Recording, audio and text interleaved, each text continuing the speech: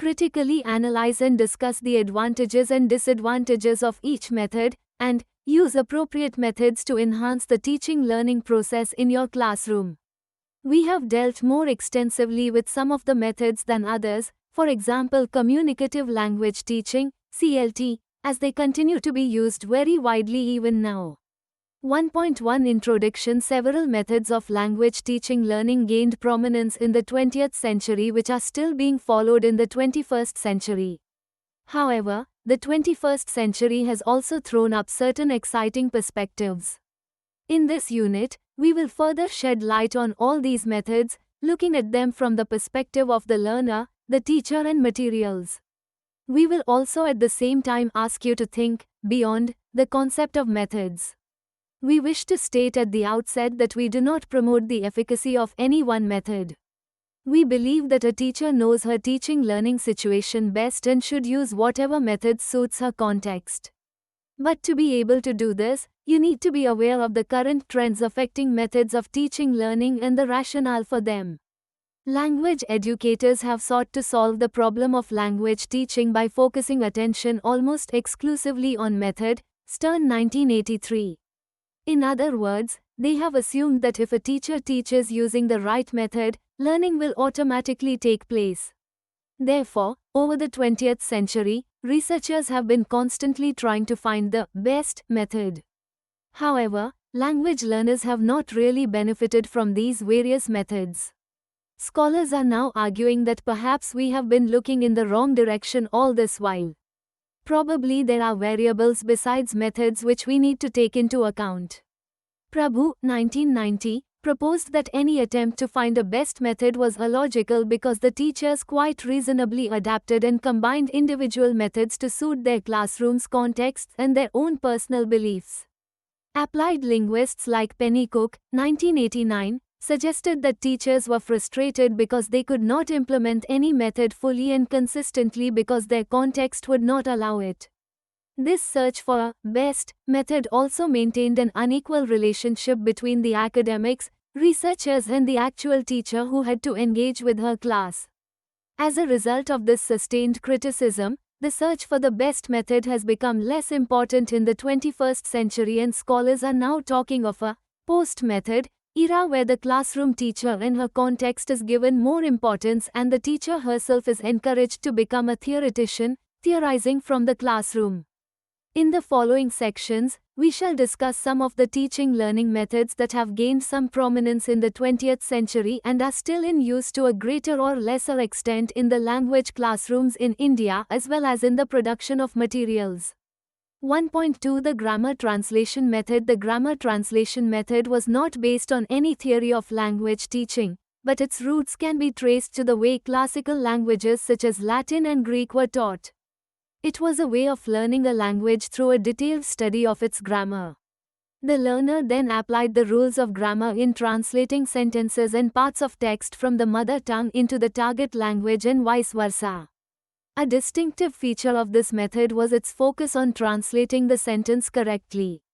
Grammatical accuracy was given great importance. Literary texts were the basis of this translation exercise. Vocabulary was taught through bilingual word lists and there was a lot of stress on memorization of words. In short, listening and speaking were neglected and the skills of reading and writing occupied an important place. In this method, the teacher was totally dependent on the text as she had to rigidly follow the lesson with no scope for any innovation. The learner's role was passive, as he did not play any active role in the use of the language. Look at the example given. These are some of the activities that a teacher using the grammar translation method would use from the reading passage given below.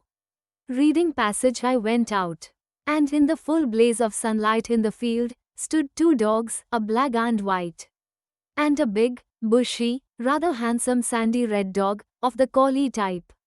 And sure enough, this latter did look queer and a bit horrifying, his whole muzzle set round with white spines, like some ghastly growing, like an unnatural beard. The black and white dog made off as I went through the fence. But the red dog whimpered and hesitated, and moved on hot bricks.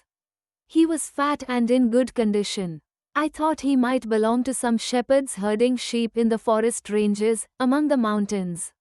He waited while I went up to him, wagging his tail and whimpering, and ducking his head, and dancing.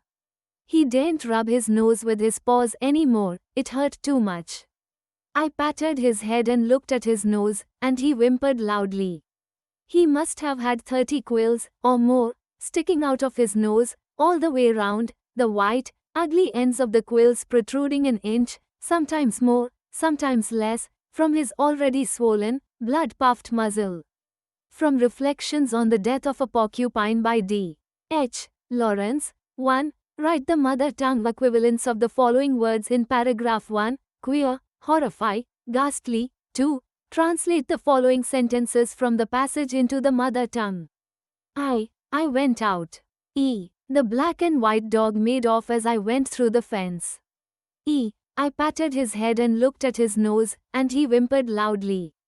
3. Pick out the nouns, verbs, adjectives and adverbs from paragraph 1 and say what kind they are.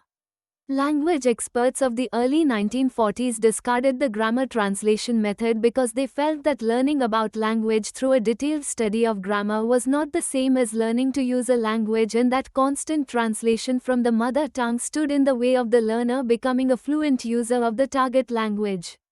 However, in recent years, there has been a revival of the grammar translation tasks, albeit in modified ways. For example, teachers may often ask a pair of students to get a folk tale in their mother tongue. They may be asked to translate it into English and then compare their translation and make modifications where required. Thornbury, 2006, recognizes that the grammar translation may have survived due to its ease of implementation, especially with large classes. 1.3 The direct method as a reaction to the grammar translation method. The direct method emerged in Europe at the end of the 19th century. This method was based on the belief that learning a foreign language is similar to learning L1. This method emerged due to the needs of late 19th and early 20th century contexts when international business and travel required people to be able to use and communicate in L2. The primary principles that characterize the direct method are as follows. 1. Classroom interaction was conducted exclusively in the target language. 2. The process of learning was essentially of forming associations, i.e. speech associated with appropriate objects, actions, concepts. 3. Only everyday vocabulary and phrases were taught. 4. Oral communication skills were organized in a graded manner and based on question and answer exchanges between teachers and students in small classes. 5. Repetition was essential if associations had to be formed and reinforced. 6. Grammar was taught inductively. 7. Both listening and speaking were emphasized. And 8. Accuracy of pronunciation and grammar was essential. Adapted from Richards and Rogers 2001 and Nagraj, G. 1996, the direct method was demanding of both the learners and the teachers, both had to be highly motivated. This method could be best implemented in schools where the class size was rather small. The method placed the teacher at the center and the role of the textbook was minimized. There were a large list of do's and don'ts for the teacher, for example, never translate, demonstrate, never explain, act, never imitate mistakes, correct, never speak single words, use sentences, never speak too much, make students speak, cited in T-tone, 1968, 100-101. This method continues to be popular in the elite private schools in India. However, overuse of this method would be detrimental, because it not only rejects the mother tongue of the learners but also puts heavy demands on the teachers. This could be a possible activity conducted in the classroom using the direct method. Activity: teacher pointing to a picture of a girl. Teacher, this is Rita. She has black hair. She is wearing a blue dress. Teacher, who is she? Pointing to the picture. Class, she is Rita. Teacher, what is the color of her hair? Class, it is black. Teacher, what is the color of her dress? Class, it is blue. 1.4 The reading method. This method was very popular in India soon after independence, since English at that time was envisaged to be a library language. Michael West, who lived in India for a long time, was instrumental in popularizing this method. His new method readers emphasized the importance of the reading skill. West believed that silent reading is the key to proficiency and that exercises in reading comprehension would enable proficiency in speech and writing. Vocabulary was seen as an essential component of reading proficiency. This led to the development of the principles of vocabulary control and resulted in the compilation of a general service list of English words. This was used as standard reference for developing teaching materials, and readers graded on the basis of vocabulary were created. Only the grammar necessary for reading comprehension was taught. The vocabulary of the early reading passages and texts was strictly controlled for difficulty. An attempt was made by the teacher to expand the vocabulary as quickly as possible, since the acquisition of vocabulary was considered more important than the grammatical skills. English is no longer considered a library language in India. Therefore, the emphasis on the reading method can no longer be considered. However, the importance of vocabulary has again taken center stage in English language teaching learning. Reflection: how do you teach vocabulary in your classroom? Do you teach it as part of the reading comprehension exercise, or are there any other contexts that you consider? 1.5 The Behaviorist Structuralist Paradigm. 1.5.1 The structural approach. About 1940s and later, language experts like Charles Fries applied the principles of behaviorism in psychology and structural linguistics to language teaching. They were of the view that different languages have different ways of expressing the same meaning. These are what we call patterns or structures of the language. In any language, a pattern is made up of words, but in each language, the words are put together in certain specified ways. To be able to use the language, therefore, one needs to know the words and the order in which they occur in that language. To teach a language, English in the present context, a particular pattern or structure is presented and practiced thoroughly before the learner goes on to a new one. Only when a learner masters the individual structures that make up that language can he be expected to come out with an infinite number of new utterances as required by a situation. A learner in this approach is expected to be accurate in whatever he says or writes, and this grammatical accuracy is to be realized through constant drills and construction of correct, error-free sentences from substitution tables. The aim of such substitution tables is to condition the pupils into using the correct forms of the structure by getting him to imitate or produce many examples of the correct form, i.e., repeated reinforcement. In fact, errors were seen as serious aberrations which had to be removed immediately before they became habits. Errors were considered to be the result of interference from the first language, and were viewed as bad habits which were to be prevented at all costs and eliminated if they occurred. The focus of instruction did not move beyond the sentence level. Teachers in India continue to be influenced by the structural approach and still use manipulative drills, substitution tables and fill-in-the-blank exercises. 1.5.2 The Audiolingual Method. The audiolingual method was one of the methods which was based on the behaviorist structuralist paradigm. Towards the end of World War II, the U.S. Armed Forces needed to learn foreign languages on a large scale, as U.S. soldiers needed to communicate with both their allies as well as the enemy countries where they had been deployed.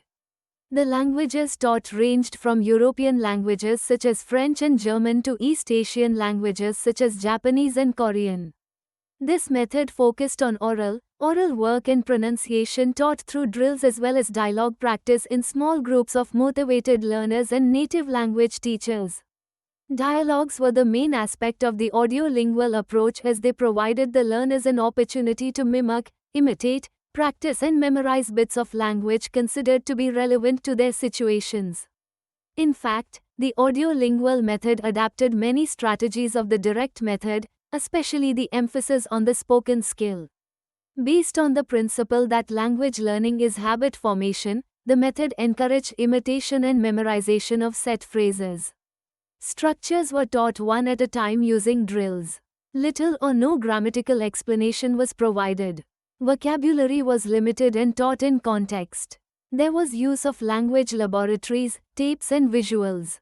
Teaching points were often determined by the differences and similarities between L1 and L2, with an emphasis on the differences. Successful responses were reinforced. Great care was taken to discourage errors, as it was felt they led to bad habits. Great emphasis was given to native-like pronunciation. Read the following conversation. The verbs in bold are in the simple past tense. Priya, did you go someplace last week? Venkat, yes, I did. Priya, did you have a good time?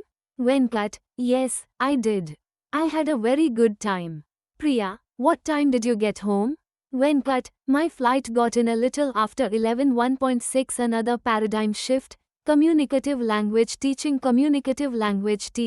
CLT, emerged in Europe and in the USA in the 1970s.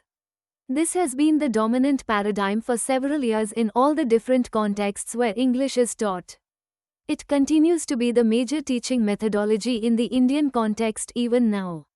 The origin of CLT can be traced to the changing view of language which veers away from language structure towards language functions and communications, Hall, 2011.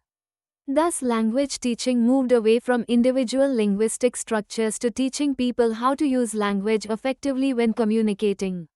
In other words, it moved from linguistic competence to communicative competence, Himes, 1972. Communicative competence essentially suggests that forming grammatically correct sentence by the learners is not enough. They should be able to use language appropriately in a variety of settings and situations and with different types of interlocutors. For example, linguists pointed out the hiatus that exists between form and functions of utterances. For example, how will you understand the utterance, "Why don't you close the door?" What kind of a sentence is this in grammatical terms? What meaning does this utterance convey? Is it a question or a request? Is it about asking someone to shut the door or asking someone why they are not shutting the door? To quote Littlewood, from a structural viewpoint the sentence is unambiguously an interrogative. From a functional viewpoint, however, it is ambiguous. In some circumstances, it may function as a question. For example, the speaker may genuinely wish to know why his companion never closes a certain door. In others, it may function as a command. This would probably be the case if a teacher addresses it to a pupil who had left the classroom door open. In yet another situation, it would be interpreted as a plea, a suggestion or a complaint. In other words, whereas the sentence structure is stable and straightforward, its communicative function is variable and depends on specific situational and social factors. A second language learner may not be able to interpret or judge the intention of a speaker and would need to be taught. The key word in CLT is learner-centered, and activities should be planned in such a manner where active learner participation is essential. Unlike other approaches where the learner has a passive role, here the learner is the active agent and negotiator who must contribute as much as he gains in a cooperative atmosphere. Hence, there is a great emphasis on pair work and group work. The teacher's role also changes to that of a facilitator, organizer, guide, monitor, manager and counselor. The teacher has to facilitate the communication process between the learners, the text and the various activities which the student and the teachers must participate together. The communicative approach to language teaching also ushered in an era of fluency over accuracy, and the teacher was expected to stress more on the meaning of a message conveyed, rather than on the grammatical correctness of the utterance. In the initial stages, the syllabus based on CLT concentrated on the notional functional syllabus. However, the focus later became more eclectic. There were primarily three types of materials used: 1. Text-based, 2. Task-based and 3. Relia, authentic material. The textbooks produced according to CLT in the Indian context have been varied. Many of them have followed the traditional, structural syllabus but included tasks which include games, role plays, information gap, problem solving and so on. Many of the books have also been divided around themes which are close to the student's world, such as my family, school, holidays, travel, culture, environment and so on. Relia has also been included as part of CLT, i.e. posters, advertisement, maps, train schedule, graphs. The tasks set have a specific communicative purpose and train the learners to be fluent as well as accurate, although CLT has tended to emphasize fluency over accuracy. Example of a problem-solving activity, in the passage below. Two paragraphs are jumbled up. Can you separate them again into two paragraphs? Once there lived a cruel wolf in a town. One day a king saw an old man planting small mango plants. He asked him, "When will you get any fruit from these plants?" Saint Francis visited the town and wanted to see the wolf. The king laughed and said, "You'll die before the trees bear fruit." People told him that he would be killed. But the saint would not listen. The old man smiled and said, "Yes, but others will eat the fruit. Now, I am eating the fruit from the trees which my grandfather planted." He went into the forest. When the wolf ran towards him, he said, "Come here, brother wolf." The king was ashamed. The cruel wolf closed its mouth and sat down at his feet. Example of gap-filling activity. Ramesh Sinha is 12 years old. He was born on the 10th of May 2001. His father Rakesh Sinha is a doctor. They live at number 10, Kutab Institutional Area, Delhi. Ramesh studies in Adarsh Vidyalay. He plays cricket and chess. His hobbies include painting and coin collection. Ramesh wants to join the local children's club. Could you help him fill in the application form below? The Kutab Children's Club name, age, date of birth, father's name, father's occupation, mother's name, mother's occupation, address, name of school, hobbies, any special interest. The teacher could get photocopies of authentic forms and ask the children to fill them. However, all methods are subject to criticism, and from the 80s itself there was a questioning of CLT. Brumfitt, 1984, for example, questioned the overemphasis on fluency at the cost of accuracy. Towards the late 80s there was again an emphasis on grammar teaching and vocabulary acquisition which had been relegated to the background in the early years of CLT. Additionally, the so-called authenticity of communicative activities was questioned. Widhausen, 1998, for example, questioned the authenticity of tasks such as giving directions in a classroom context, suggesting that such pair work activities cannot be termed genuine, taken away as it were from the context in which it is required. Moreover, it was suggested that CLT was not appropriate for all cultures and contexts. For example, pair work, group work, and less teacher intervention may not be suitable in more traditional cultures where there are certain expectations from a teacher. 1.7 Communicational teaching. Communicational teaching refers to a 5-year project of exploratory teaching of English as a second language which was planned, carried out and reviewed regularly by a group of interested teacher trainers and teachers of English as a part-time activity but with institutional support from the Regional Institute of English, Bangalore and the British Council in Madras, now Chennai, from 1979 to 1984 feet, Prabhu 1987. The origin of this project was a strongly felt pedagogic intuition that the development of competence in a second language requires not systematization of linguistic inputs or maximization of planned practice, but rather the creation of conditions in which learners engage in an effort to cope with communication. This project and its findings caused a lot of excitement all over the world, and while it has not been formalized into an approach, it greatly influenced other approaches, especially the task-based approach to language teaching.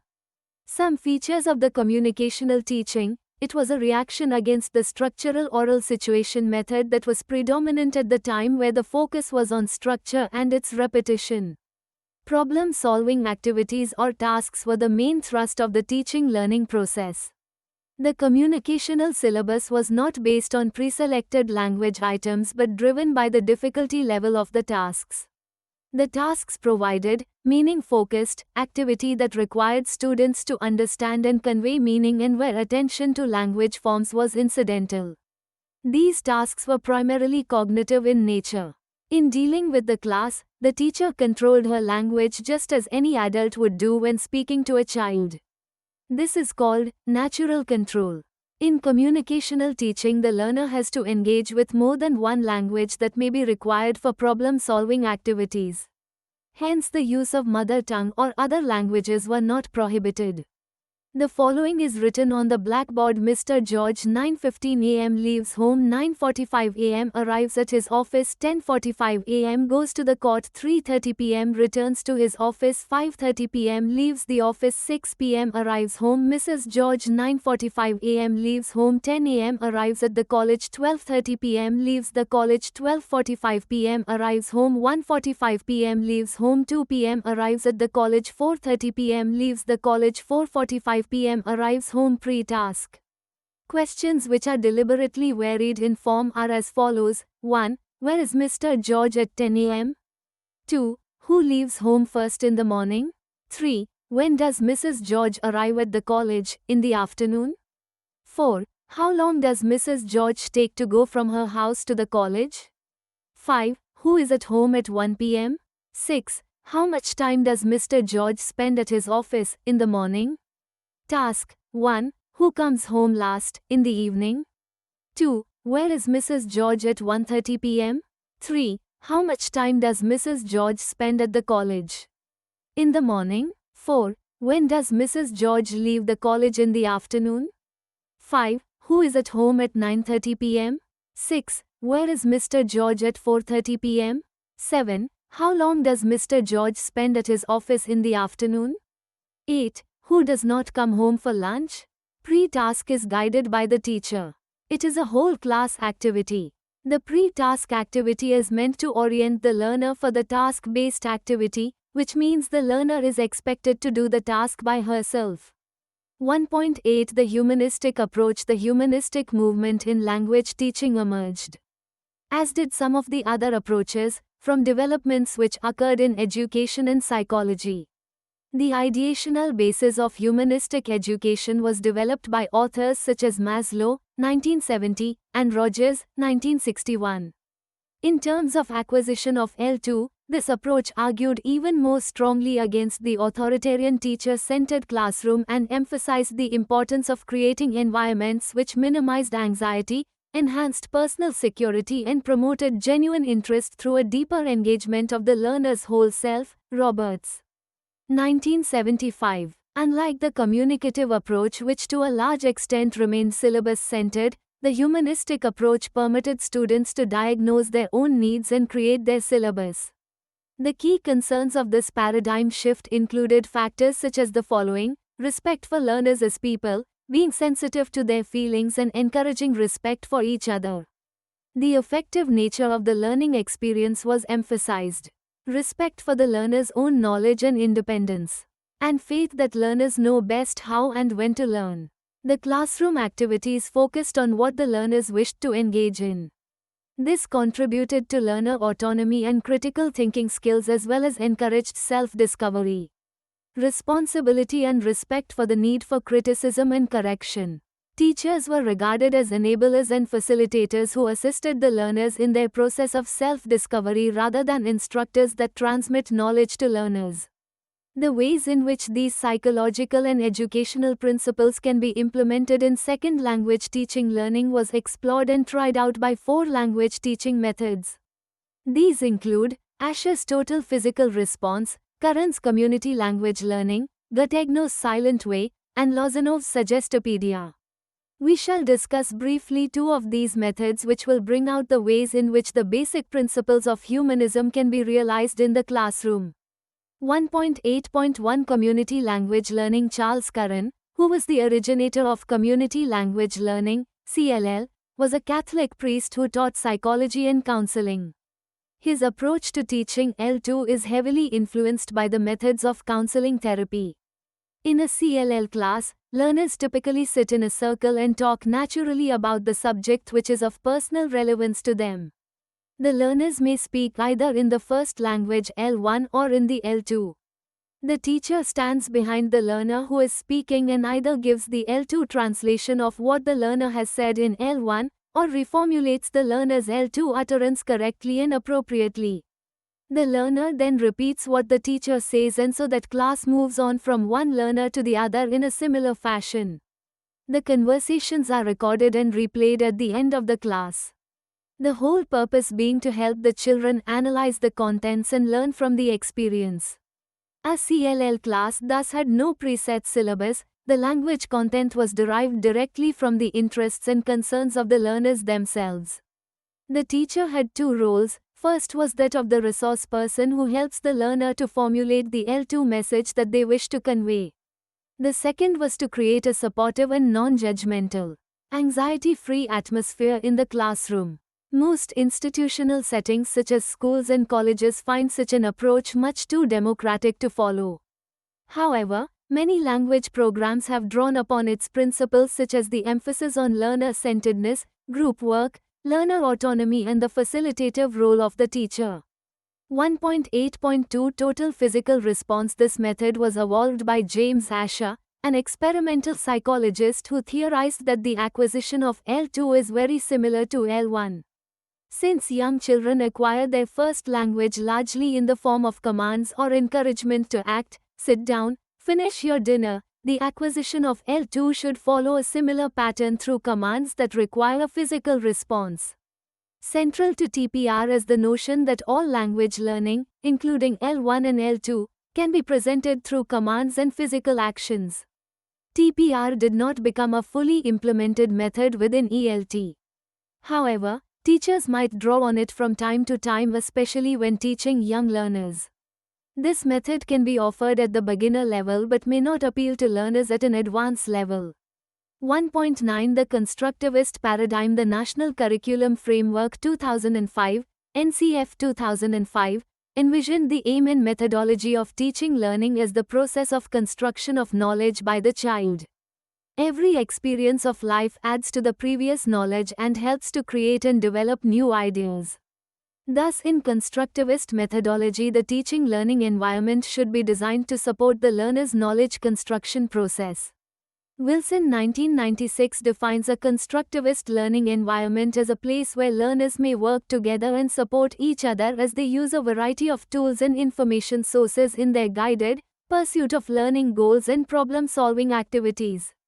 He calls it a learning environment rather than an instructional environment because in a constructivist setting, learning rather than teaching is emphasized.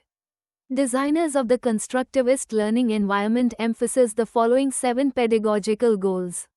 1. Provide experiences with the knowledge of what is a constructivist process. 2. Provide experiences and appreciation for multiple perspectives. 3. Embed learning in realistic and relevant contexts. 4. Encourage ownership and voice in the learning process. 5. Embed learning in social experiences. 6. Encourage use of multiple mode of representation. For example, written and spoken modes as well as films, projects, experimentation and so on. And 7. Encourage self-awareness of knowledge of construction process. Cunningham et al. 1993 For the proper facilitation of knowledge construction, a teacher should create an interactive environment between students and teachers and between the students themselves. This can happen when students are engaged in collaborative activities which involve leadership, negotiation and cooperation, thus encouraging an authentic way of learning. At the same time, students should be encouraged to make optimal use of what they know and be individual in their thinking process. A good example of this could be role play, where students take on the roles of characters in a book, famous historical figures, body parts and plant parts. In this way, they will understand the depth and importance of these perspectives. 1.9.1 Discourse perspective in constructivism. Anandan 2012 strongly feels that since language exists only in the form of discourses, our focus should be on enabling children to construct discourse, both orally as well as in the written form.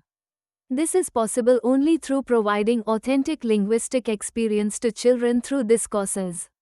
Discourse-oriented pedagogy necessitates redefining curricular objectives in terms of discourses and not in terms of structures.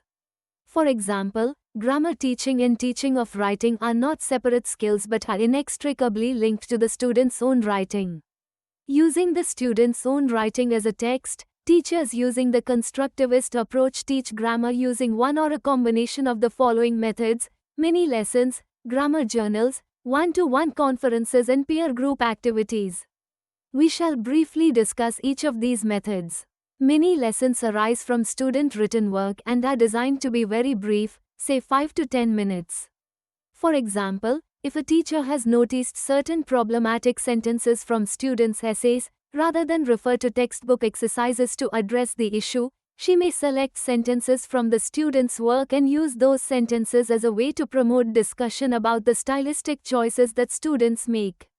Note the strategy emphasizes stylistic choices rather than right or wrong answers.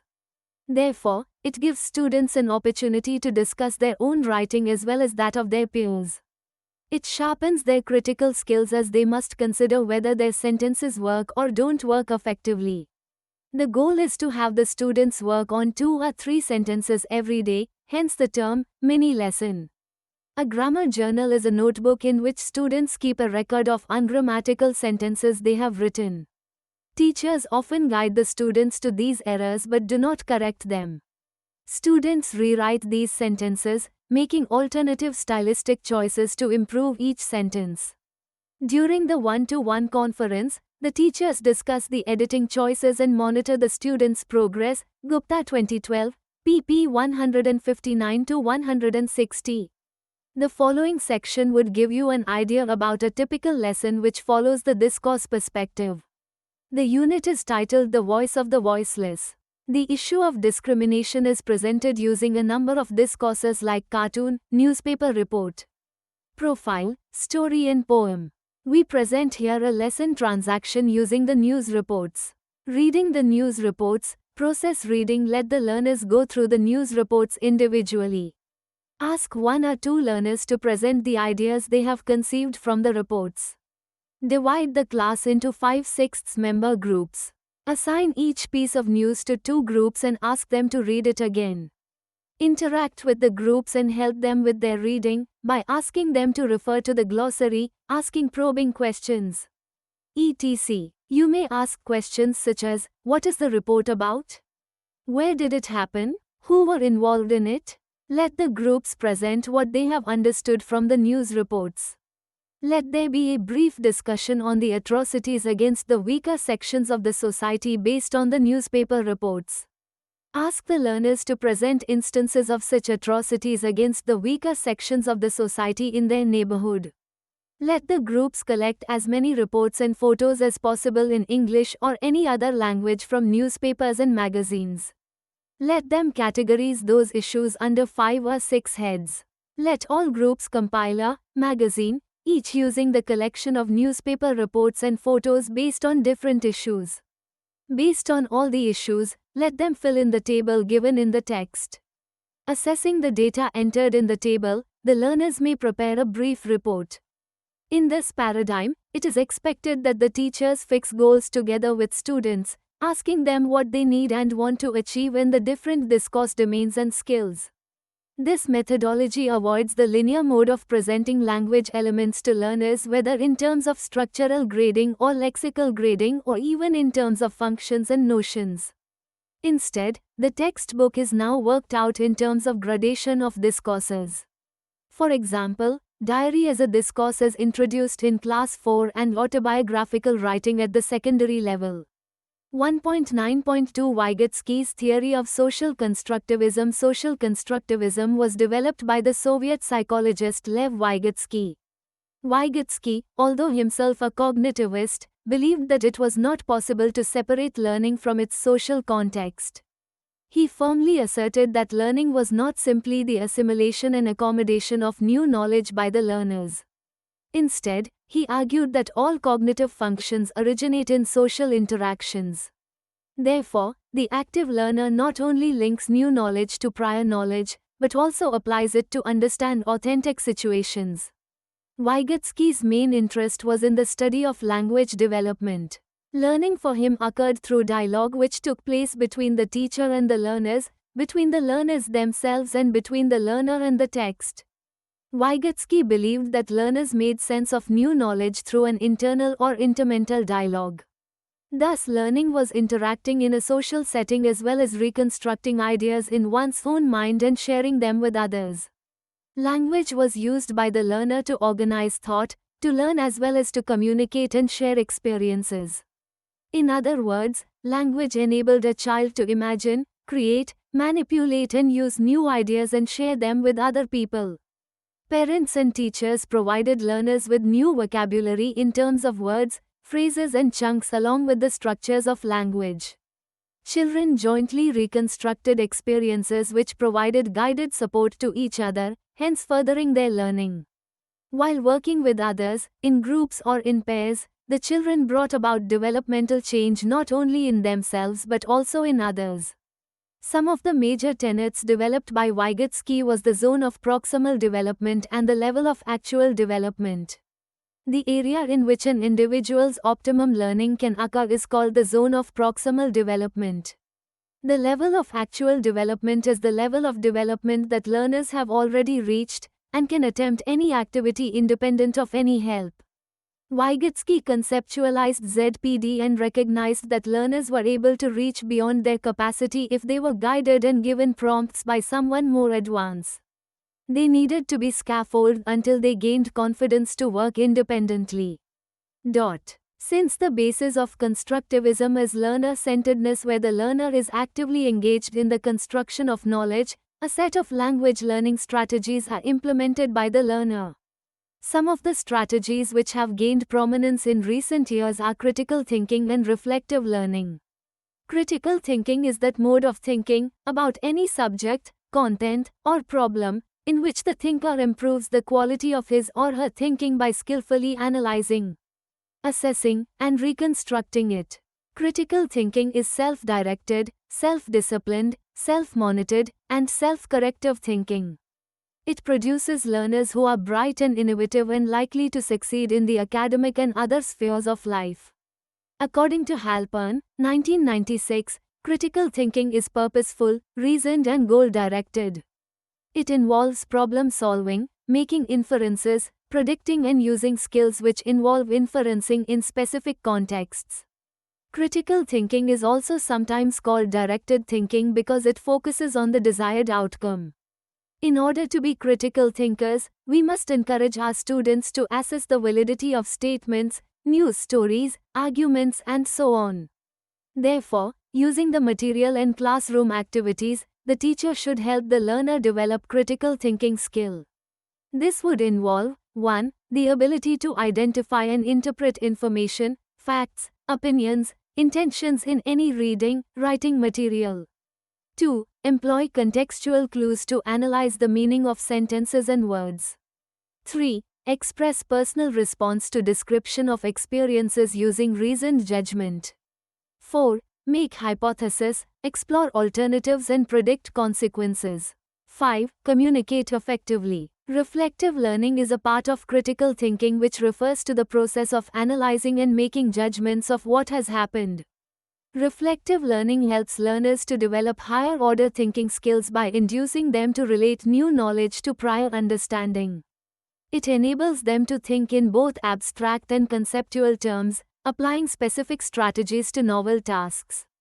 The reflective learner must understand their own thinking and learning strategies. If a teacher must give scope for reflective learning to her learners, she must provide enough wait time to the learners when they are asked a question. She must provide an emotionally supportive and non-threatening environment in the classroom. In a reflective classroom, the teachers ask questions which require reason and evidence, providing some help, explanation to guide the learner's thoughts during exploration. In a reflective socio-constructivist classroom, there is a lot of peer, group work which help learners to see the other's point of view. This helps learners to become sensitive to the people and issues around them.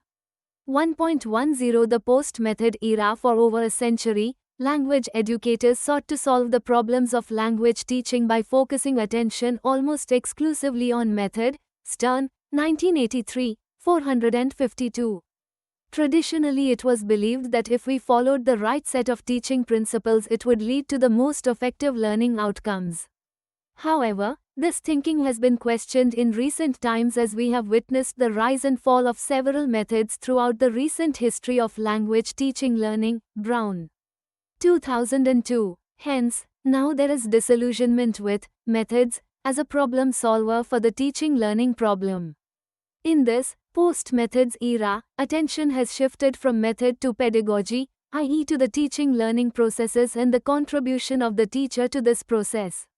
Brown, 2002, discusses some of the reasons for the decline of what he calls the method syndrome. There cannot be an all-purpose, designer method that will work for all the disparate contexts where L2 is taught. It leads to an unequal power relationship between ELT academics and researchers on the one hand and teachers in the classroom on the other hand.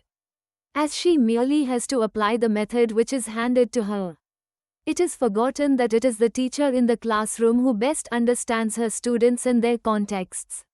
Methods suggest a static set of procedures while pedagogy suggests a dynamic interplay between learners, teachers, and the instructional materials during the process of teaching learning.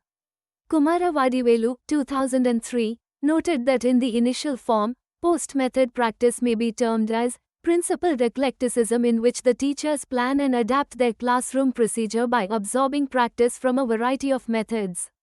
However, while this is how most classes are actually taught, the post-method discourse has developed further via three principles: particularity, practicality and possibility.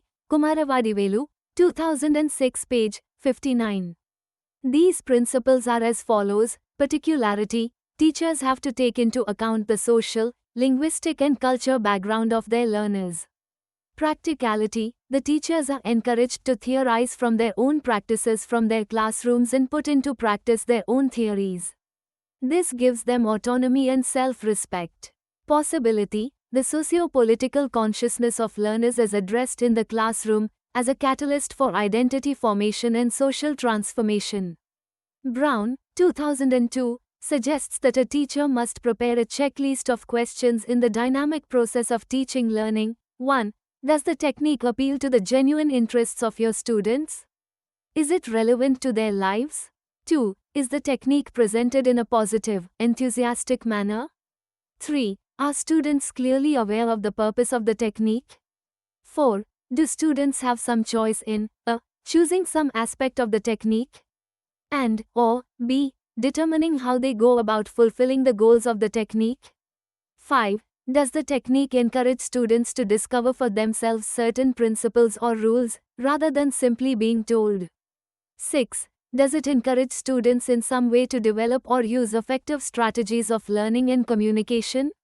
7. Does it contribute at least to some extent to students' ultimate autonomy and independence from you? 8. Does it foster cooperative negotiation with other students in the class? Is it a truly interactive technique? 9. Does the technique present a reasonable challenge? 10. Do students receive sufficient feedback on their performance, from each other or from you? 1.11 Summary. In this unit we discussed the various methods which have attempted to solve the teaching learning problems in recent times with little success. We discussed the fact that there has been a preoccupation with the search for the best method, which would serve as a panacea for all the problems of teaching learning of L2. In the current scenario, there has been a major shift from the obsession with method to the stress on pedagogy. This was primarily because the concept of method was too prescriptive.